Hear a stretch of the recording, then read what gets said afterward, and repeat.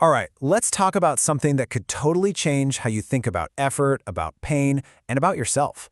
It's all built around one simple, powerful idea. Your body is your first home. It's the most important one you'll ever have. So, let's dive into what it really takes to build it strong. So, let's kick things off with a quote that it says it all, right? In the dictionary, sure, bodybuilder comes before hard work. But in the real world, no way. It's the other way around, always. There are no shortcuts here. It's about accepting a fundamental law of nature. The effort has to come first, period. Okay, so where do we even start with a transformation like this? Well, it all begins with sweat. And this whole philosophy, it's held together by two incredibly simple but absolutely non-negotiable rules. And here they are. They're so simple. Rule number 1, you never, ever leave a workout without sweating. You commit, you show up, you do the work. And rule number 2? Well, that's the one that locks it all in. Never forget the first rule. See? It's a perfect, unbreakable loop of discipline.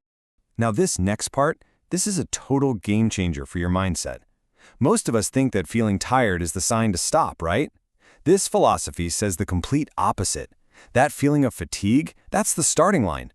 The moment your brain screams, "I'm done," that is the exact moment the real change, the real work actually starts. I know what you're thinking. Pushing past fatigue. That sounds like a massive, all-consuming commitment. But what if I told you the time it takes is actually just a tiny, tiny fraction of your day? It's all about how you look at it, so let's break down the math. Just look at that number, 4%. That's it. 1 hour of focused, intense effort is just 4% of your entire day. When you see it like that old excuse, "I don't have time," it starts to sound kind of weak, doesn't it? This makes it so much less intimidating. You're not overhauling your entire life. You're just claiming your 4%. And this slide just lays it all out crystal clear. On one side, you've got your commitment, 1 hour of work. That's your 4%. And on the other side, the rest of your day, 23 hours where you get to live in a stronger, more confident, more capable body. You tell me, is that not one of the best investments you could ever make? But, and this is a big but, that 4% has to be real. It has to be intense. This isn't about just showing up and going through the motions. If you walk out of the gym looking selfie-ready and untouched, you haven't even gotten to that starting line we talked about. You've only cheated the one person you can't afford to cheat, yourself. So you're pushing hard. You're giving it your all. That intensity, it inevitably leads to the one thing that stops almost everyone: pain.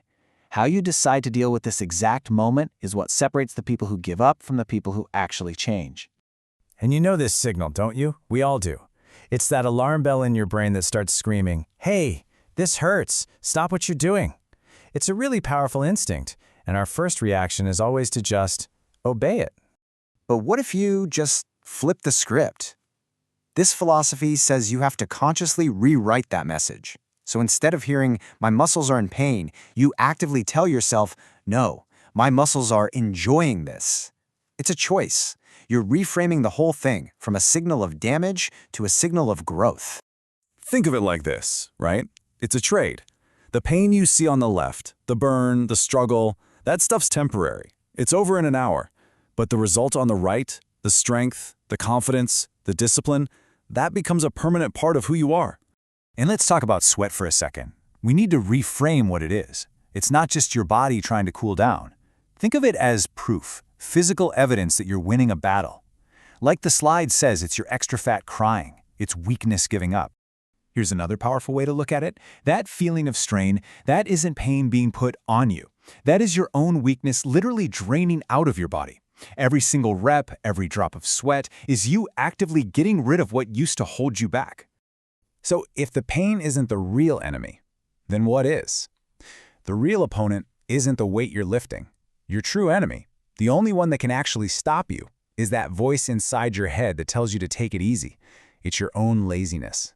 When you really boil it down, every single day you're faced with a choice between these two identities. On one side, you've got the people who complain, they make excuses, they find reasons why not. And on the other side, you've got the people who train. They take action, they make progress. Every day, you get to choose which one you're going to be. And trust me, that enemy, laziness, it has a game plan. It wants you to hit the snooze button. It wants you to put things off till tomorrow.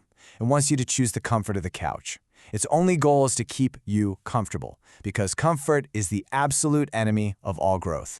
And let's be real about what's at stake here. This was never about competing with the person next to you in the gym. When you give in to that voice, when you decide to stop, you're being defeated by yourself. It's an internal war, and quitting is just another word for surrender.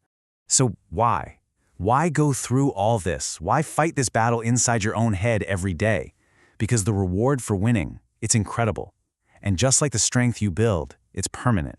First off, we have to get the goal straight. Real fitness isn't about looking better than someone else or lifting more than them.